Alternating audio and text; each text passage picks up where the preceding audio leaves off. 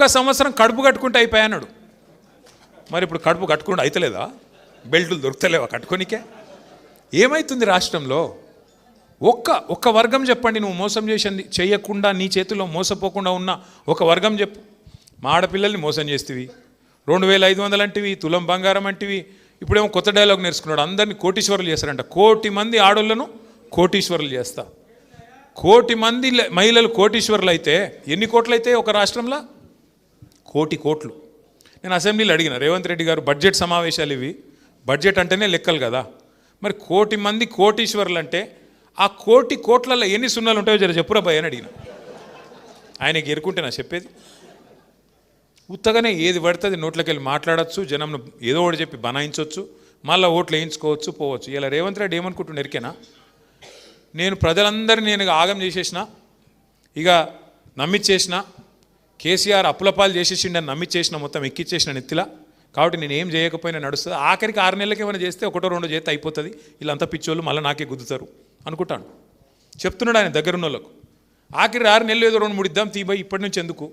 మొదటి 3 నెలల్లో చేస్తా అన్న పనులంట ఆఖరి 6 నెలలకు చేస్తాడంట. మనం అందరం పిచ్చోళ్ళమంట, మళ్ళీ ఆయనకే గుద్దుతామంట. ఇది ఆయన నెత్తి నిండా ఉన్న ఆలోచన. ఏమనుకుంటున్నాడు ఆయన? ఇప్పుడు భూములు అమ్ముకోవాలా? వాళ్ళ అన్నదమ్ములు మొత్తం ఇరుసుకపడ్డారు, ఇక మొత్తం హైదరాబాద్ చుట్టూతా. తిరుపతి రెడ్డి ఒక దిక్కు, కొండల రెడ్డి ఒక దిక్కు, తొండల రెడ్డి ఇంకో దిక్కు.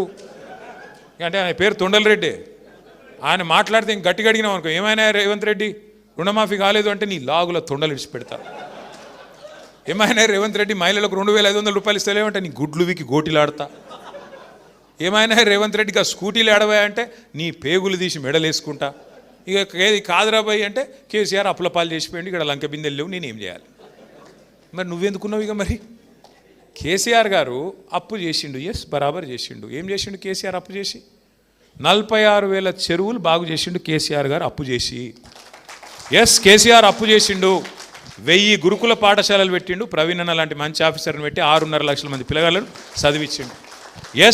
కేసీఆర్ అప్పు చేసిండు. మీ పాలమూరు రంగారెడ్డి ప్రాజెక్టులో 90% పనులు, 14 లక్షల ఎకరాలకు నీళ్ళు ఇచ్చే 90% పనులు పూర్తి చేసిండు కేసీఆర్. మీ నార్లాపూర్ రిజర్వాయర్ పూర్తి కాలే, మీ ఏదుల కాలే, ఒట్టెం కాలే, కరివెన కాలే, ఉద్దండాపూర్ కాలే. ఒక కాలువలు తవ్వి నీళ్ళు తేవాలి గంతే, 10% మిగిలింది గంతే పని. ఎక్కడైతే నీళ్లు దూడాలనో శ్రీశైలంలో అక్కడ పని పూర్తయింది, ఎక్కడైతే నీళ్లు నిలుపాలనో ఆ పని పూర్తయింది, రిజర్వాయర్లు పూర్తయినాయి. ఎక్కడైతే నీళ్లు తోడాలనో శ్రీశైలంలో ఆ పని కూడా పూర్తయింది, మోటార్లు కూడా పెట్టినాం. మొదటి పంపు ఆన్ కూడా చేసిండు కేసీఆర్, నీళ్లు చూపెట్టిండు. మీకు ఉన్న పెండింగ్ ప్రాజెక్టులు పూర్తి చేసిండు. మీ జిల్లాలో 8 లక్షల ఎకరాలకు నీళ్ళు ఇచ్చిండు. ఇంకొక 14 లక్షల ఎకరాలకు నీళ్ళు ఇయనికే 90% పూర్తి చేసిండు కేసీఆర్ గారు. దగ్గర 35,000 కోట్లు ఖర్చు పెట్టి అప్పు చేసిండు. పాలమూరు ప్రాజెక్టు 90% పూర్తి చేసిండు. నువ్వు 2.5 ఏళ్ళ మరి మీ మామగారి పేరు పెట్టుకున్నావు. పాలమూరు రంగారెడ్డి ఎత్తిపోతల పథకానికి మామగారి పేరు పెట్టిండు. మహేంద్రనాథ్ పేరు పెడితే బాగుండపో, మామగారి పేరు పెట్టుకున్నాడు, జైపాల్ రెడ్డి సాబ్ పేరు పెట్టుకున్నావు. మరి జైపాల్ రెడ్డి సాబ్ మీద ఏమైనా కోపం ఉందో ఏమో తెలియదు నాకు. ఆ పనిని ముడతను కూడా ముడతలేడు. అది పూర్తి చేయవస్తలేదా? 2.5 ఏళ్ళు అయితే 90% అయిపోయింది. 10% అంటే ఏనుగు పోయింది, తోక చిక్కింది. అది తోకను గుజానికి కూడా అవుతలేదు నీకు 2.5 ఏళ్ళ. ఏం పాలమూరు బిడ్డవు మరి నువ్వు? పాలమూరు బిడ్డ అంటే ఆయన ఉద్దేశం చూడండి మీరు. 90% పని పూర్తి అయిపోయి 6 నెలల మిగతా పూర్తి చేయొచ్చు. అది పూర్తి అయితే ఏమవుతుంది? కేసీఆర్ చేసిండంటారు. ఆ రిజర్వాయర్లని కేసీఆర్ ఉన్నప్పుడే కట్టిండంటారు. ఆయన ఏమనుకుంటున్నాడు? మనం ఆఖరికి చేయాలి, ఆఖరికి చేస్తే మా పాలమూరులోకి మళ్ళీ పోయి నేను చెప్తా, కల్వకుర్తి పోయి నేనే చేసిన మొత్తం కేసీఆర్ ఇడిచిపెట్టిపోయింది అని చెప్తా. నమ్ముతారు. కనబడతలేదా అందరికీ? కరివెన కనబడతలేదా? వట్టెం కనబడతలేదా? ఉద్దండాపూర్ కనబడతలేదా? ఏదుల కనబడతలేదా? రిజర్వాయర్లని పూర్తయిన విషయం తెలియదా? తెలుసు. శ్రీధర్ లాంటి వాళ్ళని నేను కోరుతా ఉన్నా, ఈ వాస్తవాలు మనం చెప్పాలి ప్రజలకి. ఈ వాస్తవాలు మనము గ్రామానికి తీసుకొని పోవాలి. అట్లాగే ఇవాళ మీరు ఆలోచన చేయండి, ఏ వర్గాన్ని మోసం చేయలేదు ఆయన? దళితులకు, గిరిజనులకు ఏం చెప్పిండు? మీ కల్వకుర్తిలో గిరిజన సోదరులు ఉంటారు బాగా. కేసీఆర్ గారేమో మీకు తాండాలు పంచాయతీలు చేసిండు. మీ రిజర్వేషన్ 6% నుంచి 10% చేసిండు. బ్రహ్మాండంగా పోడు భూములకు పట్టాలు ఇచ్చిండు. 4.5 లక్షల ఎకరాలకు పట్టాలు ఇచ్చిండు కేసీఆర్. గిరిజనులకు మంచి చేసే ప్రయత్నం చేసిండు. ఈయనేమన్నాడు? నేను గిరిజన బంధు పెడతా, ఒక్కొక్క సంవత్సరం సమ్మక్క సారక్క గిరిజనాభివృద్ధి పథకం కింద ఒక్కొక్క తాండకు 25 లక్షల రూపాయలు ఇస్తా అన్నాడు. మా సర్పంచులు ఉన్నారు ఇక్కడ. ఒక్క తాండకన్నా 25 పైసలు వచ్చినాయా తమ్మి ఆ పథకం కింద? పెట్టిండా? 3 బడ్జెట్లు ఒడిచిపోయినాయి. అంటే 60% టైం అడిచిపోయింది. ఇంకో రెండే ఉన్నాయి. ఆ రెండిట్లో ఆఖరిది ఎలక్షన్ బడ్జెటే కదా. ఎలక్షన్ బడ్జెట్లో ఏముంటుంది? సగం టైమే ఉంటావు నువ్వు అలా, అది లెక్క కూడా రాదు. అట్లా గిరిజనులను మోసం చేసిండు. గిరిజన బంధు పెడతా అన్నాడు కేసీఆర్. దళిత బంధు పెడితే నేను గిరిజన బంధు పెడతా అన్నాడు. ఇంకొక మాట చెప్పిండు ఎస్సీ ఎస్టీలకు. ఇప్పుడే ప్రవీణన్న యాద్ చేస్తున్నాడు. ఏమన్నాడు ఎరికేనా?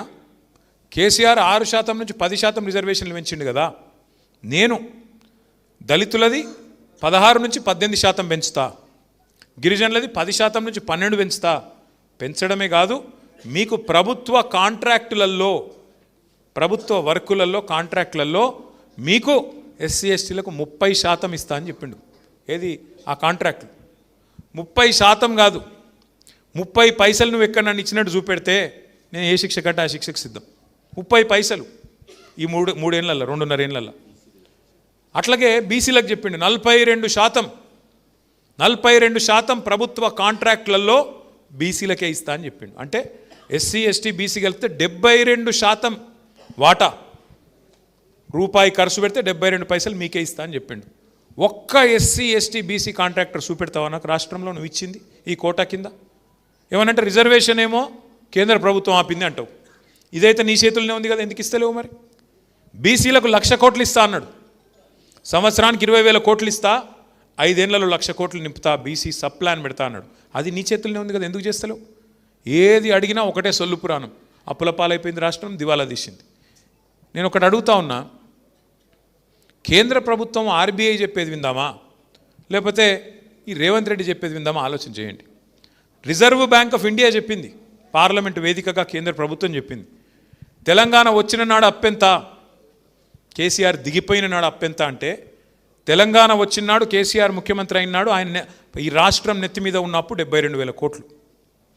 కేసీఆర్ గారు దిగిపోయిన నాడు ఈ రాష్ట్రం నెత్తి మీద ఉన్నప్పుడు 3,52,000 కోట్లు. అంటే కేసీఆర్ ప్రభుత్వం చేసింది 2,80,000 కోట్ల అప్పు. మరి కేసీఆర్ ఏమేం చేసిండు?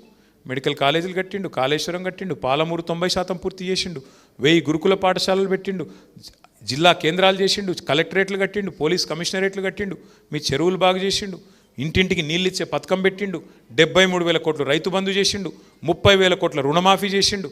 గిన్ని కేసీఆర్ చేసిండు కదా. 200 పెన్షన్ 2,000 చేసిండు, గిన్ని చేసిండు. కళ్యాణ లక్ష్మి ఇచ్చిండు, కేసీఆర్ కిట్లు ఇచ్చిండు. ఇక నీకు ఎన్ని చదవాలి నేను? గన్ని చేసిండు కేసీఆర్. నువ్వేం చేసినావు మరి చెప్పు? నువ్వు కూడా ఏం చేసినావు మరి? 3,70,000 కోట్ల అప్పు చేసిండు రేవంత్ రెడ్డి ఇప్పటికీ. మనం మొత్తం 10 ఏళ్లలో 2,80,000 కోట్ల అప్పు చేస్తే, ఈ మహానుభావుడు 2.5 ఏళ్లలోనే 3,70,000 కోట్ల అప్పు చేసిండు. మరి ఎవరికి పోయినాయి పైసలు అవన్నీ? రైతు బంధు పడతలేదు, రాహుల్ బంధు మాత్రం జోరుగా నడుస్తుంది. రైతు బంధు లేదు, రాహుల్ బంధు మాత్రం ఫెంటాస్టిక్, మంచిగా మూటలు. ఈ మధ్యన ముఖ్యమంత్రి గారు అంటున్నాడు డైలాగ్, కొత్త డైలాగ్ నేర్చుకున్నాడు, నేను మారిన మనిషిని. మారిపోయిందంట, కరెక్టే, మారిపోయినావు. ఎలక్షన్లకు ముందేమో దానవీర శూరకర్ణ, ఎలక్షన్ల ముందు దానవీర శూరకర్ణ, ఏది కావాలంటే అది ఇస్తా అన్నాడు. ఇప్పుడు కుంభకర్ణ, లేస్తలేడు, మారిపోయిండు మనిషి, ఎగ్దమ్ మారిపోయిండు. ఎలక్షన్లకు ముందేమో పాలమూరు బిడ్డ, ఇప్పుడు పాలమూరు ప్రాజెక్టును పట్టించుకోని బిడ్డ. ఎందుకు మరి నువ్వు ముఖ్యమంత్రిగా ఉండి ఏం లాభం ఈ రాష్ట్రానికి? నీ నాగర్ కర్నూల్లో, నీ పాలమూరులో ఇలా రైతులు రోడ్డుకి ధర్నా చేస్తుంటే సిగ్గనిపిస్తలేదా? బాధ అనిపిస్తలేదా? గురుకుల పాఠశాలలు మేము బ్రహ్మాండంగా నడిపితే ఆనాడు ఇవాళ 140 మంది పిల్లలు చచ్చిపోయినారు ఆ గురుకులాల్లో ఈ రేవంత్ రెడ్డి వచ్చినాక. సిగ్గనిపిస్తలేదా? కరెంట్ ఇయ్యలేకపోతున్నావు, సిగ్గనిపిస్తలేదా? రైతు బంధు పడతలేదు, సిగ్గనిపిస్తలేదా? రైతుల ధాన్యం ఇవాళ రోడ్ల మీద తడిచి రైతులు ఏడుస్తుంటే బాధ అనిపిస్తలేదా? ఇంకా ఆయన అంటున్నాడు, మేము తిడుతుంటేనంట, ఇట్లా విమర్శ చేస్తుంటే ప్రజల పక్షాన ఆయనకు మా తిట్లు వింటుంటే ఆయనకు సాడిస్టిక్ ప్లెజర్ వస్తుందంట, పైశాచిక ఆనందం వస్తుందంట. ఏమనాలి ఆయనని? మేము ఇంకా ఏమనాలో కూడా అర్థం కావట్లేదు. అందుకే మీతో నా ప్రార్థన, మా కల్వకుర్తి సోదరులతోన, మనము మళ్ళీ లాస్ట్ కేసీఆర్ వస్తాడులే, ఇట్లా చేయి ఊపుతాడు, మేము కూడా ఇట్లా ఊపుదాము. కేటీఆర్ మధ్యలో ఒకసారి వస్తాడు, ఆయన కూడా ఇట్లా అంటాడు, మేము కూడా ఇట్లా అందాము, కానీ మేము మాత్రం ఏం చెయ్యము అంటే కుదరదు. శ్రీధర్ చెప్పింది అక్షర సత్యం. దయచేసి మా మిత్రులను కోరుతా ఉన్నాం, దయచేసి మీ స్థానిక సమస్యలు, మీ గ్రామాల్లో ఉండే సమస్యలు, మీ మండలాల్లో ఉండే సమస్యలు, అవి రైతులే కావచ్చు, కులవృత్తులే కావచ్చు, లేదా ఇతరులే కావచ్చు, విద్యార్థులే కావచ్చు, ఇంకోరి కావచ్చు, ఎత్తుకోండి. వాళ్ళ తరపున రోడ్డు ఎక్కండి, కదం దొక్కండి. ఇచ్చినాం, ప్రభుత్వానికి ఇచ్చే కాడికి టైం ఇచ్చినాం. మనం కూడా ఓపిక పట్టినాం. 2.5 ఏళ్ళు సరిపోయింది, 50% ఓవర్. ఇంకొక ఇందాక ఎవరో సోదరుడు మాట్లాడుతూ ఇంకో 2 ఏళ్ళు గడ్డు కాలం అన్నాడు వెంకటేష్ అనుకుంటా. 2 ఏళ్ళు ఏం లేదు, ఇంకొక సంవత్సరం తర్వాత కూర్చున్న కుక్క కూడా లేవదు రేవంత్ రెడ్డి గారికి. కూర్చున్న కుక్క కూడా నిలబడదు అంటున్నా. అధికారులు వినరు మాట, ఎందుకంటే ఆఖరి సంవత్సరం మొత్తం ఎలక్షనే కాబట్టి ఇంకొక సంవత్సరం తట్టుకోవాలా ఈ దుర్మార్గ అరాచక పాలన. కానీ ఈ సంవత్సరంలోనే మన శక్తి ఏందో మన సత్తా ఏందో కూడా చూపెట్టాలి. ఖచ్చితంగా గలం విప్పాలి, బలం చూపాలి. ఎట్లా అయితే తెలంగాణ ఉద్యమంలో ఆనాడు కదం దొక్కినామో ఇప్పుడు మళ్ళొక్కసారి కాంగ్రెస్ నుండి ఈ రాష్ట్రాన్ని కాపాడుకోవడానికి, కాంగ్రెస్ కబంధహస్తం నుంచి ఈ రాష్ట్రాన్ని కాపాడుకోవడానికి తప్పకుండా అందరం కూడా నడుం బిగించాల్సిన బాధ్యత మన మీద ఉన్నది. దయచేసి నేను మిమ్మల్ని కోరుతా ఉన్నా, ఈ చేరికలు రావడం, చేరడం, 4 కండువాలు కప్పడం ఈ రొటీన్ కార్యక్రమం మాదిరిగా కాకుండా దయచేసి కొత్తగా మెంబర్షిప్ కార్యక్రమం ప్రారంభమవుతున్నది. ఉన్న కమిటీలు అన్నీ రద్దయినాయి.